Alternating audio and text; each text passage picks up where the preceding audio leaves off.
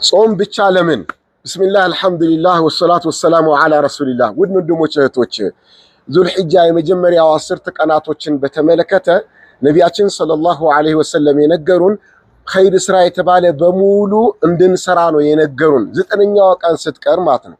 9ኛው ቀን ላይ ጾም እንዲጾም ነው ስሟን ጠቅሰው በዛች ቀን እንድንጾም የተነገረን።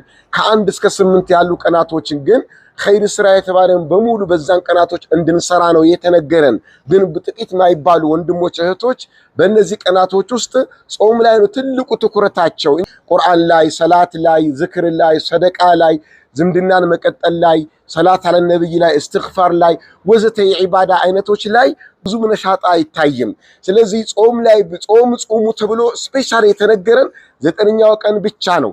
ጾም የተካተተው ከኸይር ስራ ውስጥ አንዱ ነው በሚል መጾሙ ይቻላል ነው እንጂ እንደ የጾም ቀናቶች የሚል ጾሙ ልዩ ትኩረት ሰጥተን ሌሎችን ችላ እንድንል አይደለምና በእነዚህ ቀናቶች ብዙ ኸይር ስራ የተለያዩ ዒባዳዎች ላይ መሰማራት አለብን። እንደውም እንደ ስም ከተነስ እንደ ዒባዳ የተነገረው በእነዚህ ቀናቶች ውስጥ ከ1 እስከ 8 ባሉት በተለይ ዝክር ነው። ዝክር አብዙበት፣ ተክቢራ የሚባልበት፣ ዝክር የሚበዛበት ቀናቶች ናቸው። ጾምም ይቻላል። ስለዚህ ሁሉንም ኸይር ስራ ለመስራት ጥረት እናድርግላለሁኝ።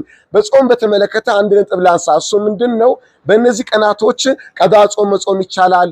የስለት ጾም መጾም ይቻላል። የከፋራ ጾም መጾም ይቻላል። እንደው ዝም ብሎ ሱና ጾም መጾም ይቻላል። ቀዳ ጾም ቢጾም አንድ ሰው የረመዳን ቀዳ የነበረበትን ወይም ስለት የነበረበትን ቢጾም የዙልሒጃ ላይ ኸይር ስራ ሰርቷልና ብዙ አጅር ያገኛል። ቀዳውንም እንደ ጾም ተደርጎ ይቆጠርላችኋለሁ። በእነዚህ ቀናቶች ኸይር ስራ ምናበዛ አላህ ያድርገን። ወሰላሙ አለይኩም ወራህመቱላሂ ወበረካቱ።